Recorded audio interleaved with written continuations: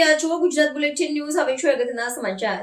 Ahmedabad coaching federation of ઇન્ડિયાએ federation of academic association ગુજરાતના સહયોગથી CFI FAA શિક્ષક સન્માન સમારોહ 2025 નું આયોજન કર્યું હતું, જેમાં શિક્ષણ ક્ષેત્રમાં યોગદાન બદલ ભારતભરના શિક્ષકોને સન્માનિત કરવામાં આવ્યા હતા. આ એવોર્ડ સમારોહમાં પ્રતિષ્ઠિત શિક્ષકો, શૈક્ષણિક લીડર્સ, કોચિંગ સંસ્થાઓ, એડટેક યોગદાન આપનારાઓ, નીતિ યોગદાન આપનારાઓ અને શિક્ષણ ઉદ્યોગ સાહસિકોએ હાજરી આપી હતી.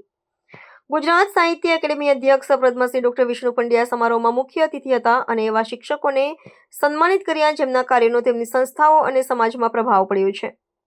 આ પુરસ્કારો શૈક્ષણિક શ્રેષ્ઠતાને સ્વીકારવા અને શિક્ષણ હિસ્સેદારો વચ્ચે સહયોગને પ્રોત્સાહન આપવા માટે CFIના રાષ્ટ્રવ્યાપી પ્રયાસનો એક ભાગ છે.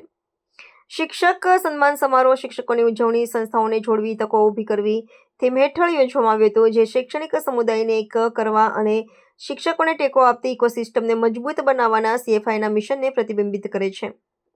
આ કાર્યક્રમ વ્યાવસાયિક વિકાસ, સંસ્થાકીય ભાગીદારી અને દેશભરમાં શૈક્ષણિક પરિણામોને વધારવા માટે માર્ગો બનાવવા માટે નવી પ્રતિબદ્ધતા સાથે સમાપ્ત થયો. 2019માં સ્થાપિત CFI શિક્ષકો, કોચિંગ સંસ્થાઓ, કૌશલ્ય આધારિત ટ્રેનર્સ, એડટેક યોગદાનકર્તાઓ અને શૈક્ષણિક નેતાઓનું પ્રતિનિધિત્વ કરતી રાષ્ટ્રીય સંસ્થામાં વિકસ્યું છે. સંસ્થાએ અગાઉ ચંદીગઢ અને ઓડિશા સહિત અનેક સ્થળોએ શિક્ષક સન્માન સમારોહનો કાર્યક્રમનું આયોજન કર્યું છે, જેમાં સેંકડો શિક્ષકોને તેમની સેવા અને યોગદાન માટે સન્માનિત કરવામાં આવ્યા છે.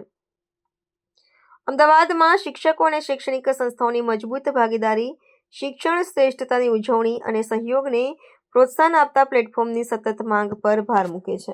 કોચિંગ ફેડરેશન ઓફ ઇન્ડિયા એ ભારતની એક રજિસ્ટર્ડ સંસ્થા છે અને એના પ્રમુખ આદરણીય સૌરભ સર આજે અહીંયા દિલ્હીથી હાજર છે. સાથે સાથે કોચિંગ ફેડરેશન ઓફ ઇન્ડિયાના ડિરેક્ટર આશીષ સરની સાથે સમગ્ર અમારી ટીમ જ્યારે અહીંયા હાજર હોય ત્યારે આજનો જે એવોર્ડ સમારંભ હતો એની અંદર 1200થી વધારે શિક્ષકોના નોમિનેશન આવ્યા હતા. એમાંથી અમે 108 શિક્ષકોને, એની અંદર 22 મહિલાઓને અમે શિક્ષણ સન્માન આપેલું છે. આ શિક્ષણ સન્માન એમને રેકોગ્નાઇઝ કરે છે અને આ જે અહીંયા આવેલા 108 શિક્ષકો હતા એમને એડવાન્સ લેવલની AI ટ્રેનિંગ આપેલી છે. સાથે સાથે ગુજરાતની અંદર ખાસ કરીને ભવિષ્યમાં ટ્યુશન એક્ટ આવી રહ્યો છે, તો coaching federation of India, federation of academic association અને અમદાવાદ એજ્યુકેશન ગ્રુપ સહિતના દરેક ઘટક સંઘો એ આ કોચિંગ એક્ટને આવકારે છે.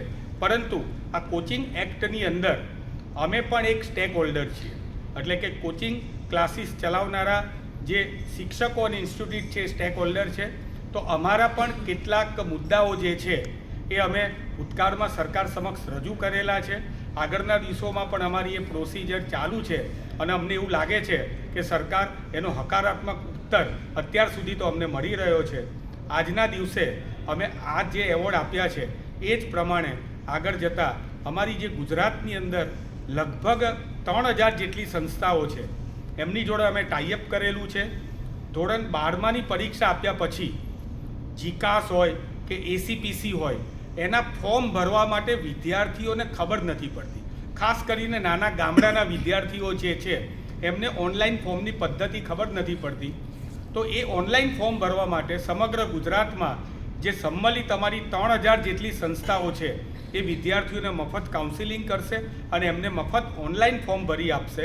સાથે સાથે અત્યારે પરીક્ષા આવી રહી છે તો એના માટે અમે પેપર સેટનું પણ લોન્ચિંગ કરેલું છે, ડિજિટલ અને ફિઝિકલ. અને મૂક એક્ઝામથી લઈને એક્ઝામનો ડર દૂર થાય એના પણ જુદા જુદા કાર્યક્રમો અમે સમગ્ર ગુજરાતની અંદર ફેબ્રુઆરી માસ સુધી કરવાના છે. मेरा नाम सौरभ कुमार है. मैं कोचिंग फेडरेशन ऑफ इंडिया का प्रेसिडेंट डायरेक्टर हूँ और दिल्ली से आया हूँ. अपनी संस्था चलाता हूँ शिक्षा नेशन के नाम से. सर, ये जो शिक्षक समारोह जो होने जा रहा है, टोटल कितने शिक्षक इसमें भाग लेंगे और कहाँ से सब आने वाले और ये कहाँ पे होगा?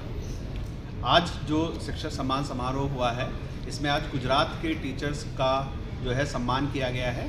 इसमें जो नॉमिनेशन भरे थे वो 1200 से ज़्यादा शिक्षकों ने भरे थे, जिसको स्क्रीन करके आज हमने 108 शिक्षकों को आज सम्मानित यहाँ पर किया है.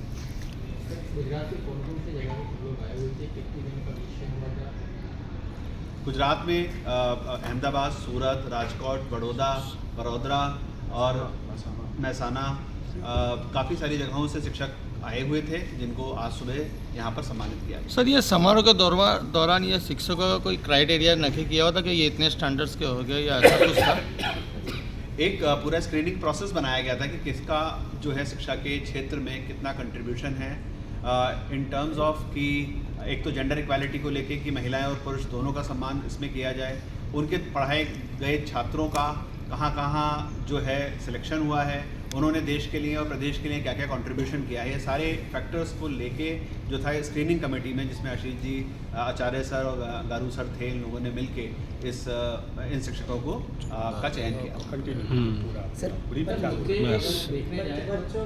मैं आपको पूरा बता देता हूँ कि कोचिंग फेडरेशन ऑफ इंडिया ने जैसे गुजरात में आज फा और AEG के साथ मिलके कार्यक्रम किया है, तो आज गुजरात पे ही बात करते हैं कि गुजरात में 3000 से ज़्यादा इंस्टीट्यूट हमारे जो हैं जुड़े हुए हैं इस संस्थान के साथ, और इन 3000 इंस्टीट्यूट में जाहिर सी बात है कि बहुत सारे शिक्षक और बहुत सारे बच्चे भी जो हैं इन संस्थानों के साथ जुड़े हुए हैं। अब आज जो हमने यहाँ पर एक तो क्या किया है कि सैम्पल पेपर का लॉन्च किया है, जिससे कि जितने भी बच्चे इन संस्थानों में पढ़ रहे हैं उनको एग्ज़ाम की तैयारी हो सके, वो एग्ज़ाम जैसे एनवायरनमेंट में एक पेपर दे सके। और एग्ज़ाम का डर एक बहुत बड़ा डर होता है, जिसके लिए ये पूरे 3000 इंस्टीट्यूट फ्री सेशन बच्चों के लिए और उनके अभिभावकों के लिए या उनके पेरेंट्स के लिए करेंगे, जिससे कि घर के अंदर एक सौहार्द माहौल हो जहाँ पे बच्चा बिना स्ट्रेस के साथ एग्ज़ाम को लिख सके। साथ ही साथ जब कोई भी एग्ज़ाम होता है, ख़ासतौर से जब कॉम्पिटिटिव एग्ज़ाम होता है, तो उसका एक सिलेक्शन के बाद एक काउंसलिंग, उसका फॉर्म फिलिंग एक बहुत टेक्निकल काम होता है कि कई बार ऐसा होता है कि आपके पास अच्छी रैंक है तब भी आप अच्छा कॉलेज नहीं चुन पा रहे हैं, क्योंकि आपको उतना टेक्निकलिटी उसकी सही से पता नहीं है।